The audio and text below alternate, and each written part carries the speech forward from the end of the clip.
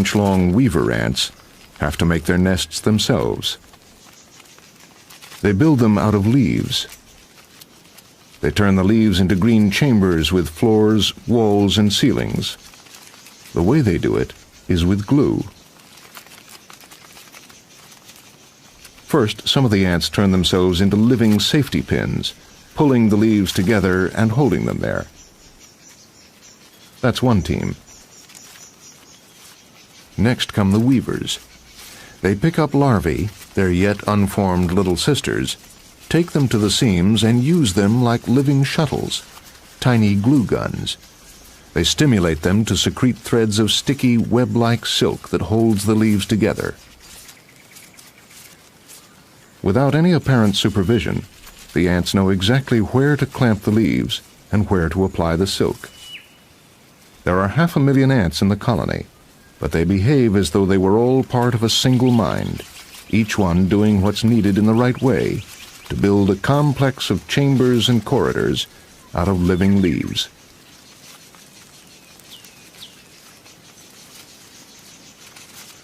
What kind of animals are these? What kind of intelligence? What is an ant? It's an insect, a social insect in the same group as the bees and wasps. A human weighs about 10 million times more than an individual ant. But since ants far outnumber people, all the ants in the world weigh about as much as all the people. But while there's only one species of human, there are thousands of different species of ant. Each one is a finely tuned specialist, exquisitely adapted to its own particular environmental niche. But all species of ant have the same basic body design. It's the best one for their miniature world, but it's a design that has kept them small. As insects, they have 6 legs and 3 body segments: head, thorax, and abdomen. And like all insects, ants wear their skeletons on the outside. This exoskeleton is a hard, waterproof armor that supports and protects. Ants breathe through their sides, through valves called spiracles. When they open, air rushes in, circulates through a network of tubes, and then rushes out again. Every cell gets its oxygen delivered direct. That's the internal air conditioning system. Ants also have a disinfecting system, a pair of metapleural glands that ooze antibiotic and keep both ant and colony free of germs. Only ants have this. Ants, in fact, are little chemical factories. A whole battery of glands produce chemical signals or pheromones that are the commands in ant communication. Ants send messages by laying a trail of these chemicals. And other ants pick them up with their antennae, which are covered in tiny sensory organs capable of reading the complex chemical messages. Then there are the eyes. They are made up of hundreds of small lenses that produce a mosaic image of the world. An ant's jaws or mandibles are its main tools. Molded from the hard exoskeleton, they come in every shape imaginable. Their size and design can tell us a lot about an ant's lifestyle.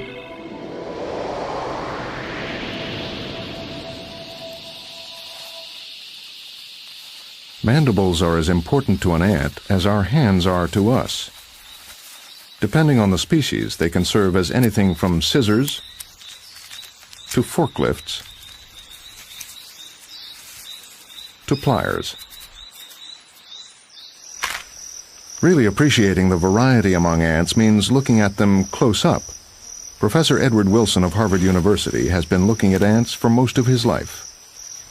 It's easy to think that all ants look alike. I mean, after all, we're looking at them from way up here, way down there, you know, like Godzilla looking at the inhabitants of New York City. But in fact, these little creatures are strikingly different from one another, one species to the next. One ant is typically as different from another kind of ant as a wolf is from a tiger or even a rhinoceros.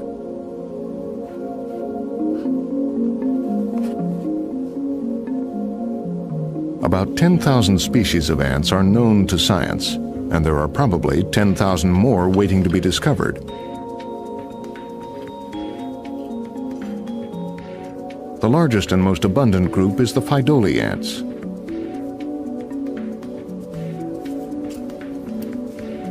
For the past 10 years, Professor Wilson has been studying, drawing, and describing the 625 species that make up this group.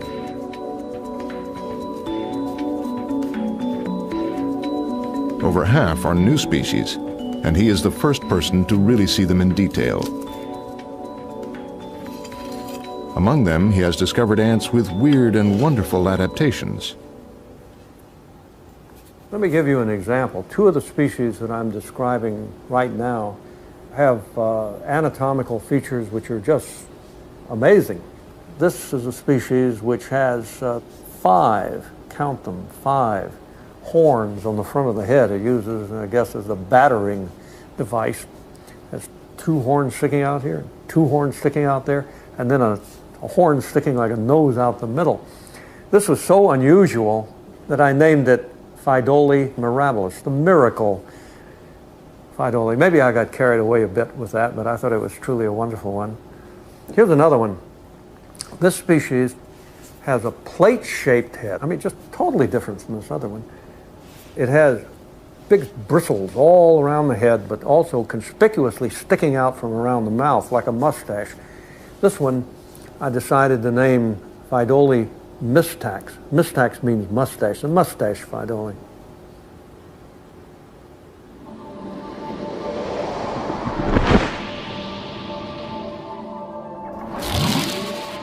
Get close enough to ants and they might almost be from another planet. They have evolved shapes and structures beyond human imagining.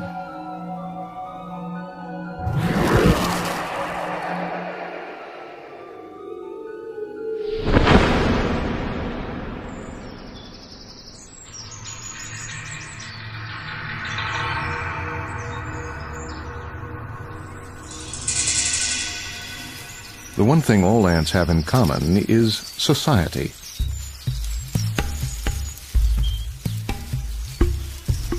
These are wood ants. They're foragers, predators that go out, find food, and bring it back to the nest.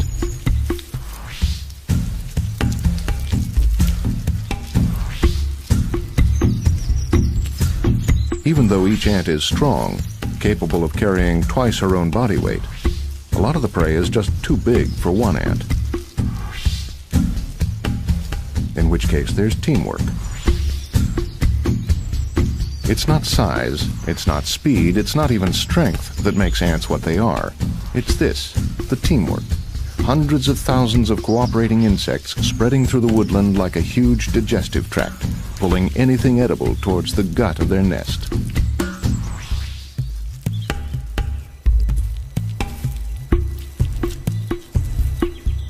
The nurse workers inside the nest don't go out to hunt for food. They stay in the darkness underground. Ants cannot eat solids. These foragers feed on the body fluids of their prey. Each takes what food it needs for itself. The rest is stored in a part of its gut called the social stomach.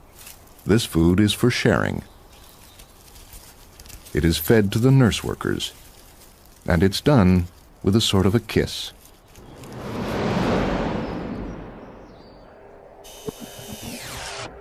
The ants lock jaws, and liquid is passed drop by drop from the feeder ant into the mouth of her hungry sister.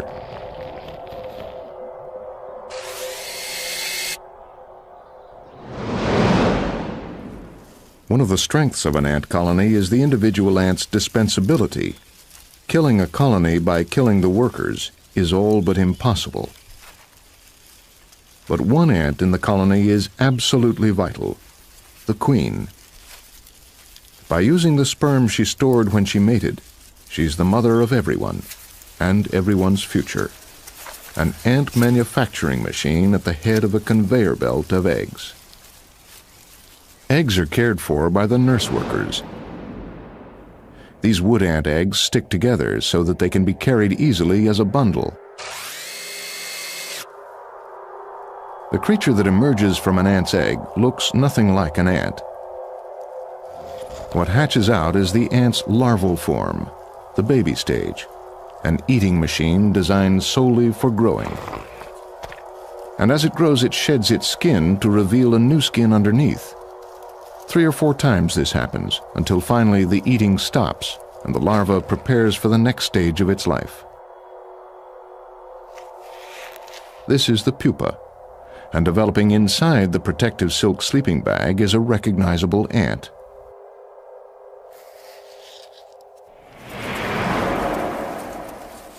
All through this process, the nurse ants take care of their younger sisters, producing a steady stream of fresh, female, but sterile workers. But once a year, every year, they produce another kind of ant, ants with wings. Ants capable of sex. They're the males and fertile females that will spread the colony's inheritance far beyond this nest. They're what make the ants invincible. One day in July in northern Arizona, one colony of harvester ants is doing what all the harvester ant colonies in northern Arizona are doing today: launching.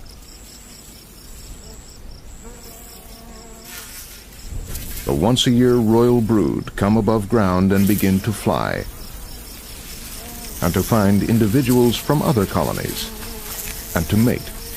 It's a scramble as the males battle to fertilize the young potential queens.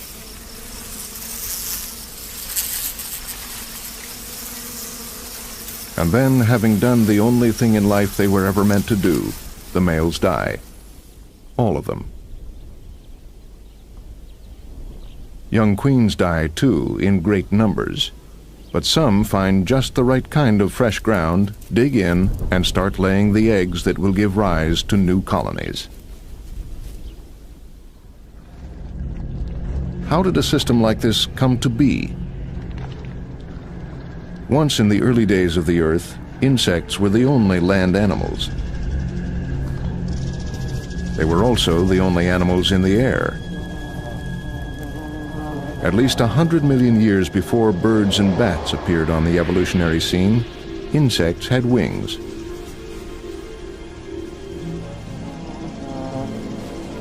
And one of those was a wasp, a solitary wasp living like many wasps that still exist today, stinging and leaving prey paralyzed for its offspring to eat.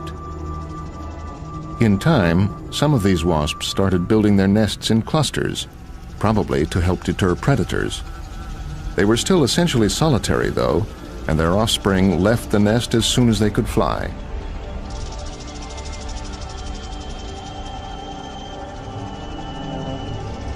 Then, millions of years later, appeared wasps whose offspring, daughters, didn't fly the nest. They grew up there and helped their mother raise more daughters. They became purely their mother's helpers, and didn't themselves reproduce.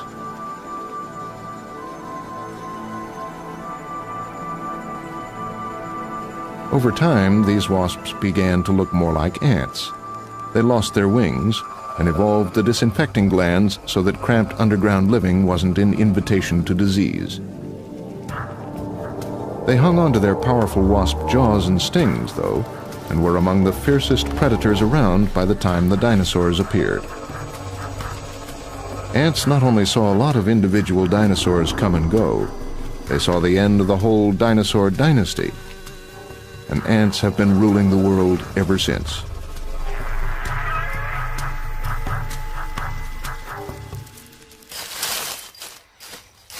If the ability to communicate has made human society what it is, it's done the same for ant society.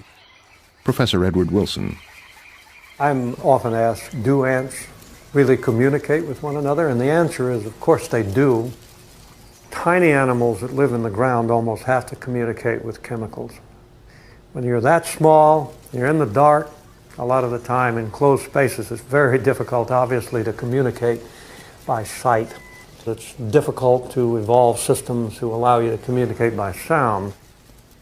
The ants have elaborated a chemical communication system, probably the most complex in the animal kingdom, and as close to what might be the kind of communication system we would find on another planet. In one of the early experiments, I succeeded in locating the gland at the end of the body, the abdomen, of the fire ant, a colony of which I have here, and extracting the material the ants use to lay odor trails that they follow. When this substance is laid as an artificial trail, it speaks volumes to the ants. Although ants communicate using vision, vibration, and touch, at least 90% is chemical. 1 milligram of this chemical could lead a column of ants 3 times around the world. It is a sophisticated language of smell, an entire vocabulary of chemical signals and messages. Ants detect smell in a way that is obvious when you think about it. And they do it with their feelers, the antennae, these appendages on the head that are constantly in motion, sweeping back and forth and up and down. Bristling, these are bristling with organs of smell that are very sophisticated in detecting wide ranges of minute traces of chemicals. They can sweep the antennae in and out of odor fields and know where to go according to where the smell is coming from. And they're very sophisticated in distinguishing large numbers of chemicals that way. One use for the exquisite sense of smell is to tell insider from outsider. All the members of this weaver ant colony smell the same. Weaver ants from other colonies, even though they're the same species and look exactly the same, smell subtly different. What happens to an ant with that difference is not subtle.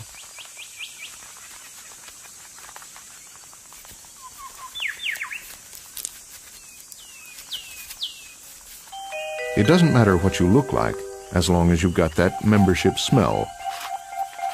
A fact a jumping spider dines out on. It has evolved the ability to mimic the smell of the weaver ant colony it lives with. Then it can roam freely among the ants, picking and choosing juicy meals. The soft, fat larvae are best.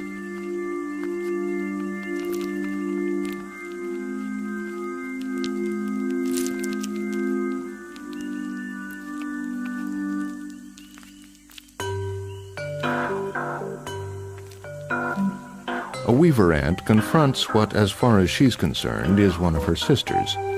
The ant's just doing her job, carrying a larva from one place to another.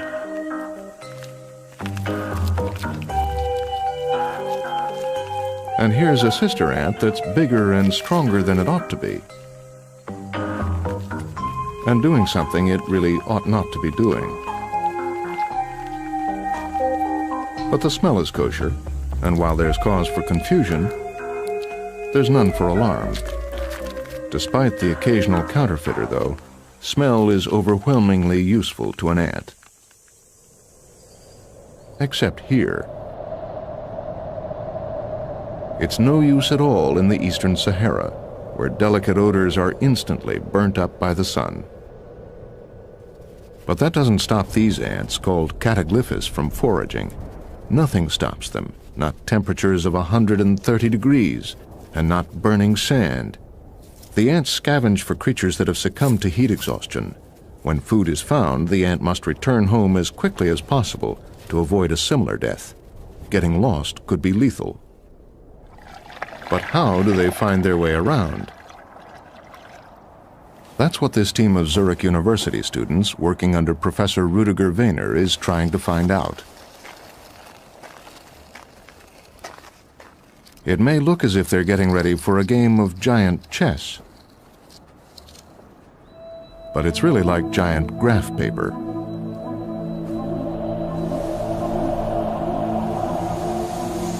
And it's used to follow and record the desert ants as they search for food.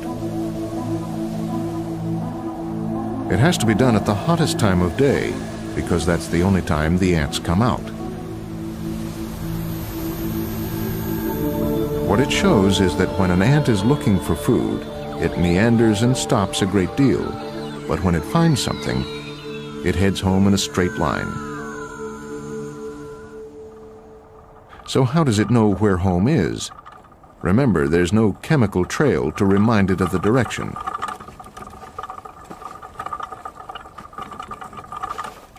Professor Wehner has been studying cataglyphus ants for 20 years, developing his theory that it's something to do with the light. What's more, it's something to do with the sky. Professor Wehner's trolley-wheeled orange filter changes the way the ant sees the sky. What I'm doing here is to investigate how the ants find their direction home. For this, they have to use a compass, much as we use a magnetic compass to find our direction home. But the ants, they use a skylight compass, a compass based on a pattern in the sky that is invisible to us. If you look up to the sky, for you it's uniformly blue. But the ant sees a pattern, a structure in the sky. And this structure is called, physically, the pattern of polarized light. Using their skylight navigation system, the ants are able to determine accurately all the points of the compass. And as the ants run across the hot sand, they stop regularly to take note of the changing patterns in the sky. But just how much sky, Professor Wehner wondered, does the ant need to see? With this here orange filter we see mounted on this trolley, we can destroy this pattern for the ant. But we would then leave a tiny opening in this filter, so that the animal can see a small glimpse of this whole pattern. And we are amazed to see that the animals are still oriented, even if the information is restricted to such a small area of the sky.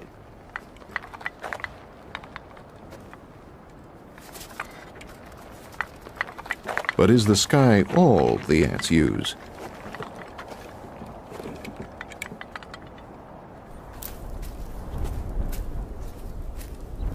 This experiment is to show that the ants pinpoint the exact location of their nest entrance using visual landmarks on the ground. These are very obvious landmarks, something for an ant to remember.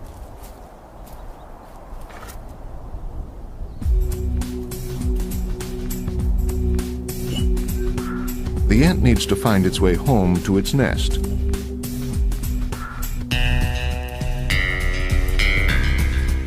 And followed by its student minder, it zigs and zags its way across the desert as it heads for home. It has a memory of what its nest entrance looks like, a visual snapshot stored in its head.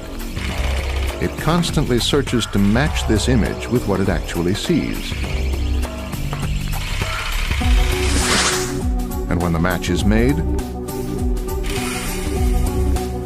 home cannot be far away.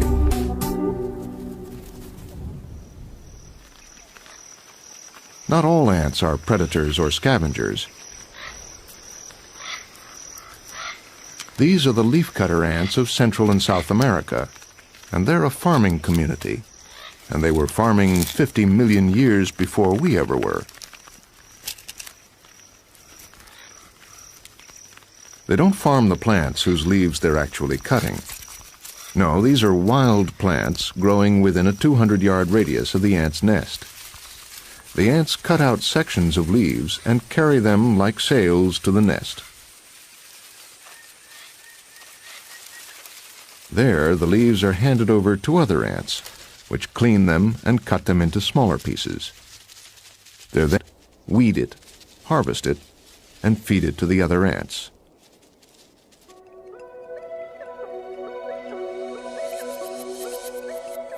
It's a complicated operation, and it takes specialists to run it. There is a definite division of labor.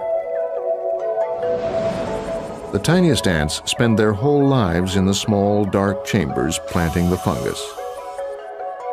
Next up are the mulchers. Then the chewers. The largest workers are the porters, the outdoor ants that cut the leaves and carry them. And then the soldiers, which don't labor but simply stand by to defend the nest. And the very biggest is the source of all the ants, the mother of the colony, the queen. Each individual is created for its role, specialists on an assembly line that is supremely efficient.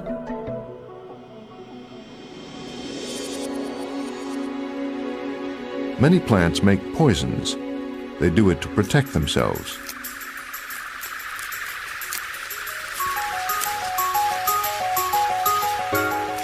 But because the leafcutter's fungus is able to neutralize most plant poisons, the ants themselves will take almost anything back to the nest.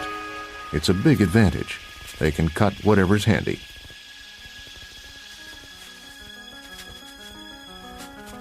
But there's a failsafe. Just in case some plant makes a poison that the fungus can't handle, the porters are always careful to stay to separate pathways, to deliver to separate entrances and separate farmyards.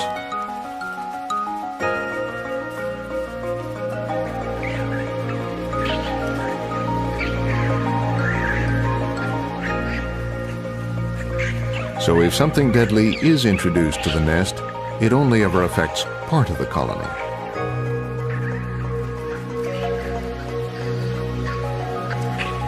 And if part of the colony dies, it doesn't matter. The colony just expands in another direction.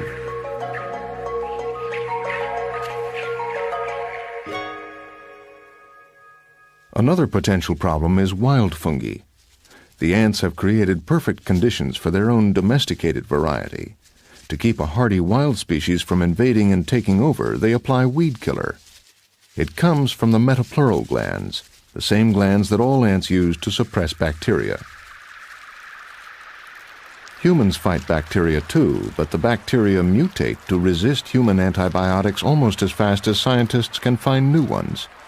Can ants help? Professor Andrew Beattie of Australia's Macquarie University thinks so. We started by asking a very simple but very powerful question, and that is, where would you expect antibiotics to have evolved? And one answer is amongst animals that, like us, like human beings, have evolved to live in highly organized societies where contagious disease takes hold very easily and very quickly. And of course that applies equally to people and to ants. One of the big problems about ants, of course, is that most of them are very tiny, and so we were looking for the biggest possible ones to start our research, and the Australian bull ant is one of the biggest in the world.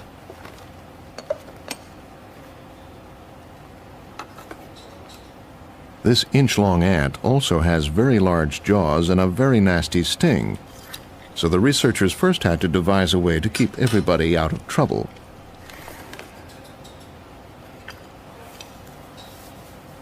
A wild bull ant is virtually germ-free. The antibiotic nature of the liquid that oozes from its metapleural glands keeps it free of bacteria and fungal infections, and much cleaner than human skin. Although the bull ant is a big ant, the opening to the metapleural gland is very small. A microscope, a steady hand, and a microfine glass pipette are what's needed to draw off the liquid.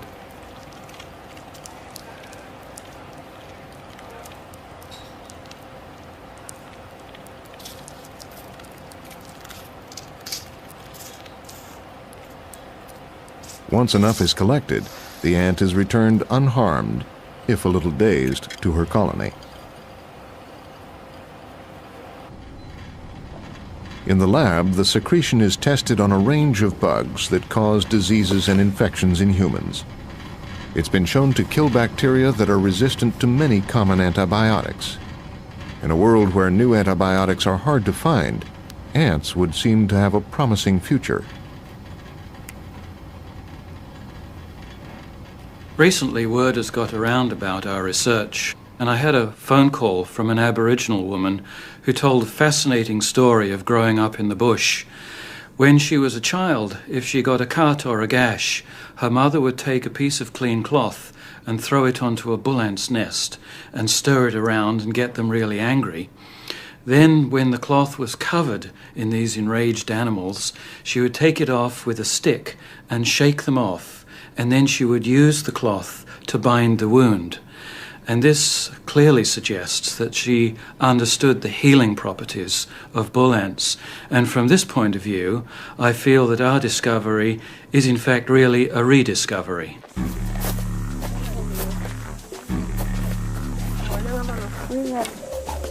The native Australians first came to this continent about 40,000 years ago.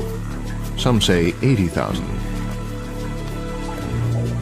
They know the land. They know, for instance, that ants collecting nectar from mulga trees have a secret.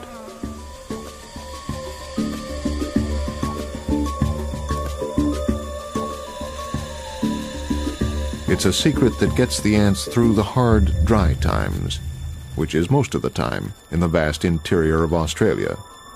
They store the mulga nectar in underground pots, living pots. They're ants whose existence serves one purpose: to receive nectar from their sisters and fill their abdomens with it. They don't drink much of it themselves. They just keep it and regurgitate it when it's needed, hanging from the roof of their underground nest like subterranean grapevines. And the native Australians know how to harvest them.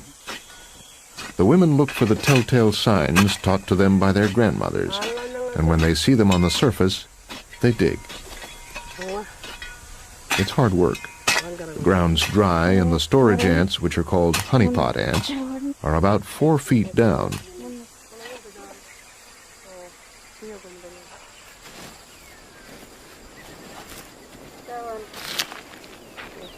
It takes hours sometimes, and great skill.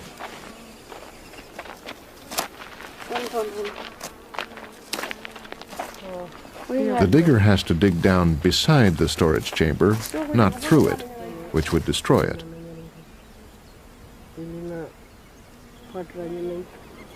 And the honeypots have to be prized out gently so that they don't burst.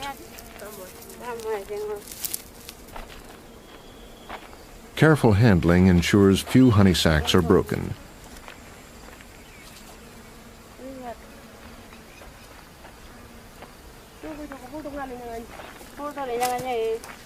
In the end, the energy spent digging out the ants is probably greater than the energy gained from eating them.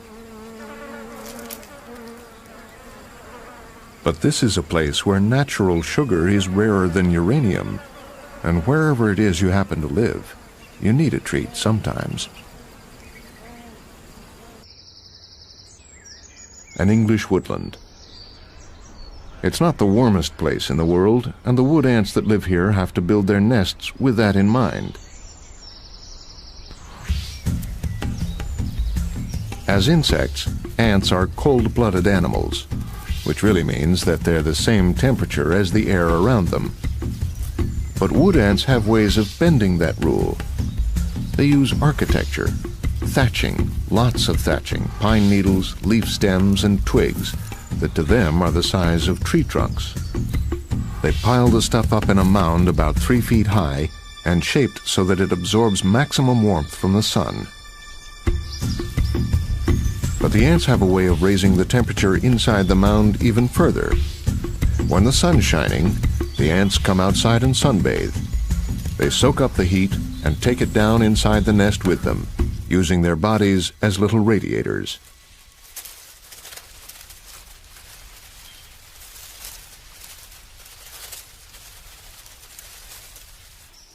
The wood ants turn a stack of twigs into a world with its own independent climate.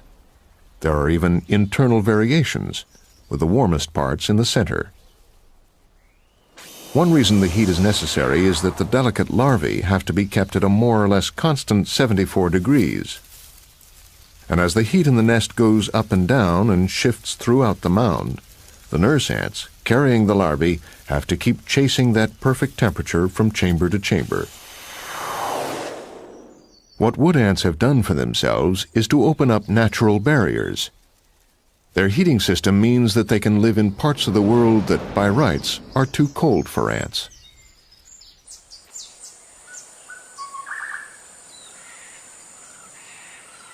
Another kind of forest, a tropical one in Australia. And hanging high in the canopy and made of glued together leaves, a nest of rattle ants.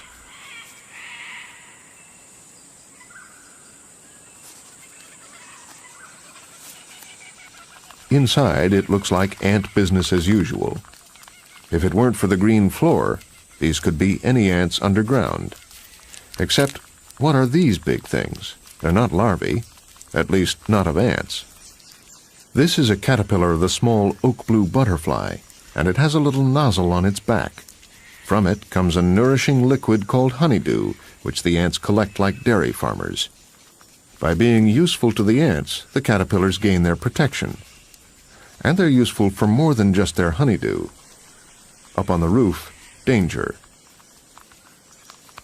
The caterpillar seems to sense the spider. It signals on the leaf floor. The ants become agitated and prepare for battle, flexing themselves and getting their weapons ready. They peek out to see what the actual danger is. A spider. And then it's all mandibles on deck. They spray at it and drum the leaf, making the sound that gives rattle ants their name.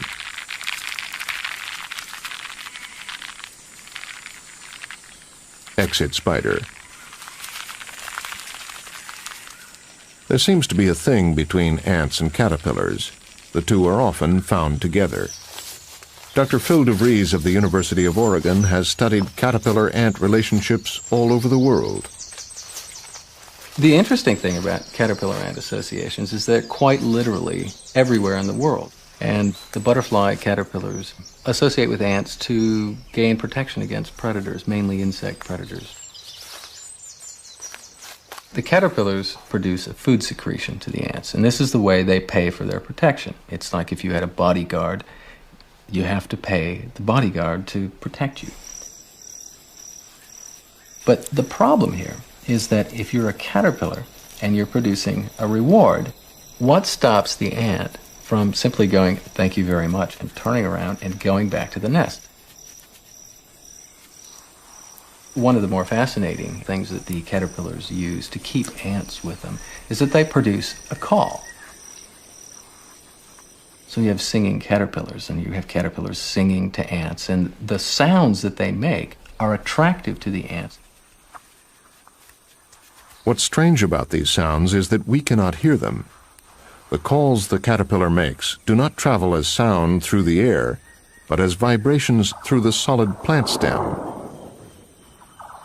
The ants detect the vibrations using unique sensors on their legs.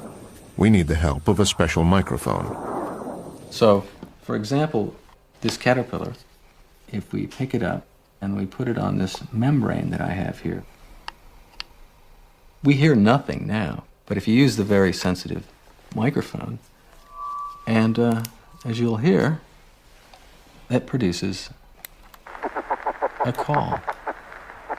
You can quite easily hear the caterpillar singing.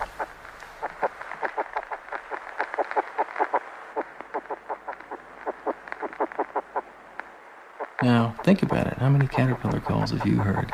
And what's neat is that every morning there's a dawn chorus of caterpillar calls that nobody hears.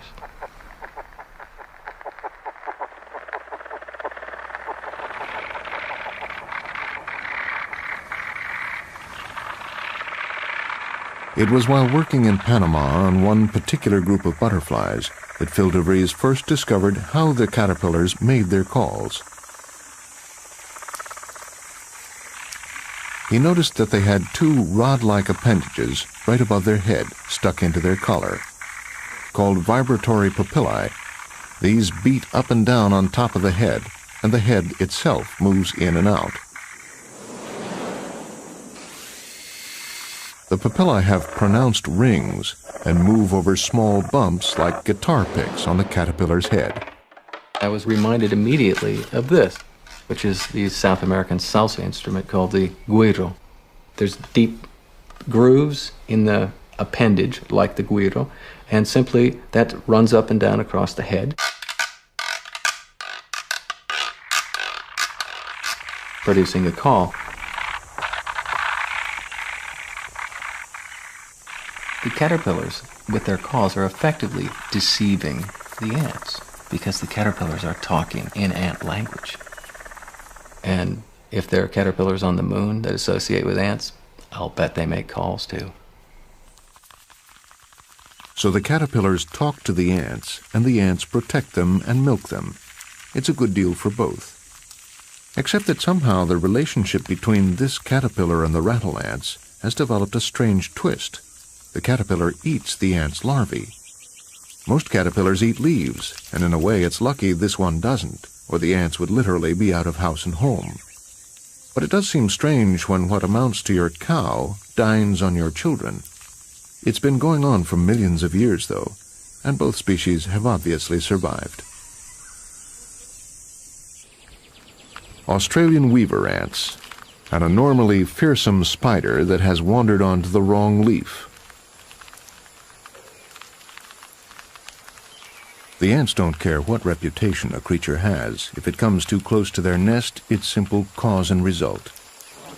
They attack, and clinging to the leaf with special claws on their feet, pin their victim down, carve it up, and take it back to their nest.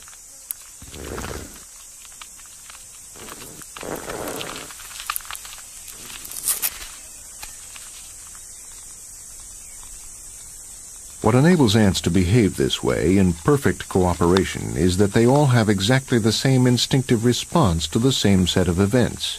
They're programmed. It's their strength, but also sometimes their weakness.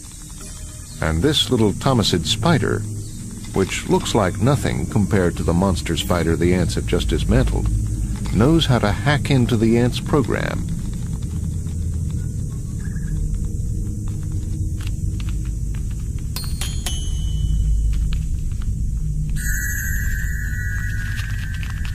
It not only smells like a weaver ant, it looks something like one too. The ants tolerate its presence. This spider does not spin a web. It has other ways of hunting.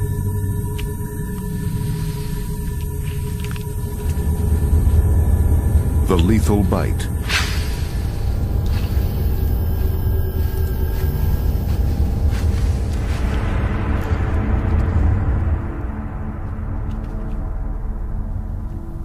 And the patient wait.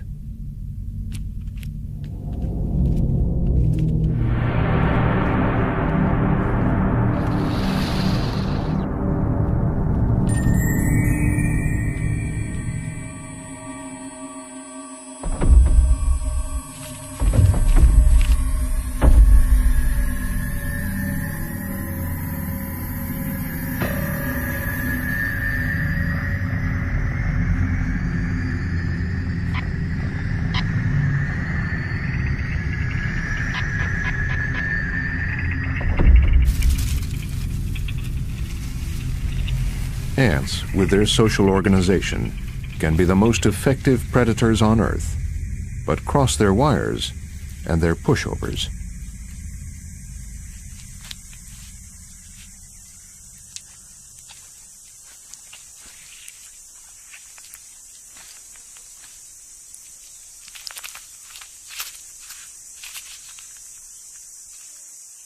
Some kinds of ants, though, are never pushovers. No predator would take on these ants.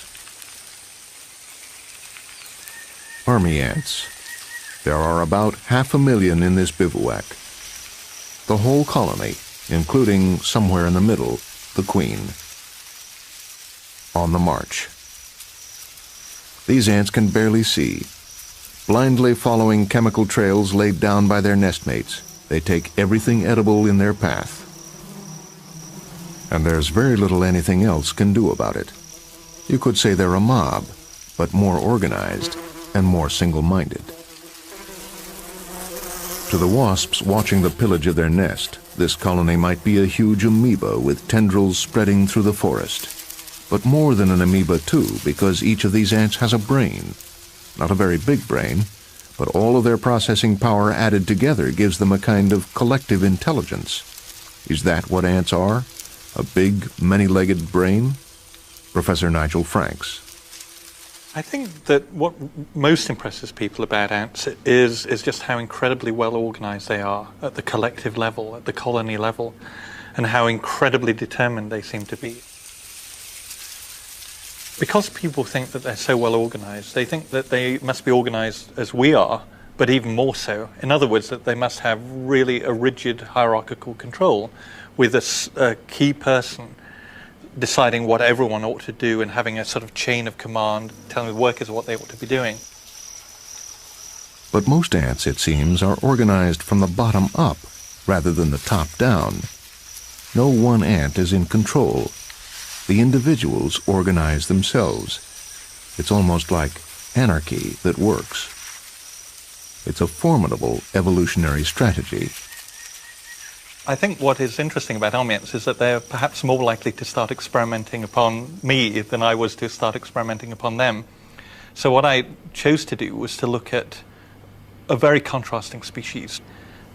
And Leptothorax are, I think, one of the absolutely ideal species to keep in the lab. We've got them nesting between glass plates in a very small cavity here. And the beauty of this is that we can watch all the ants all the time and really study their behavior in tremendous detail. And they're just really very, very nice ants. I mean, to get a feeling for the scale of them, I often imagine that it would be nice to have a colony inside your watch. If you took all the gubbins out, a colony could very easily fit into a space like that. What we're interested in with this experiment is how a colony finds a new nest and how it does all the operations to move into it. So what we do is simply tip a colony out onto this platform where there are no nesting opportunities at all, and one scout will find the bridge and walk across, and we'll actually walk around inside this beautiful ideal home on this side, and if it's happy it will go back to all its nestmates. And what it will do is quite extraordinary. It will actually pick up a single worker and carry it all the way back over the bridge, and then they both look round the new home, and if they're both happy, the whole thing snowballs until we've got this enormous stream of traffic from the old colony to the new one.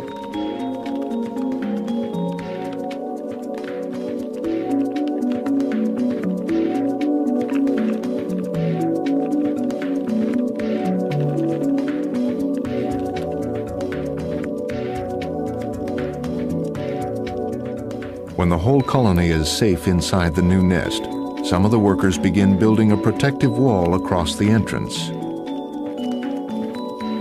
Grains of sand become huge boulders in the jaws of these tiny ants. Each ant indulges in what I call bulldozing behavior, where they absolutely thrust the building block into the wall and trundle it in. Essentially, they've built a very beautiful retaining wall, and they put it in exactly the right place. So even though this might seem a very odd thing for a scientist to look at, we're looking at how individual behaviors scale up to something that is far more impressive. And actually, I think that that's a really major principle throughout the whole of biology, looking at how simplicity at one level generates more sophistication at a higher level. Ants are supremely organized, yet there's no hierarchy, no one ant in command. Their organization is unique. Ants are always at the grassroots of the problem they're trying to solve. Each ant is part of the decision-making process. It's the way they've been solving problems for 100 million years.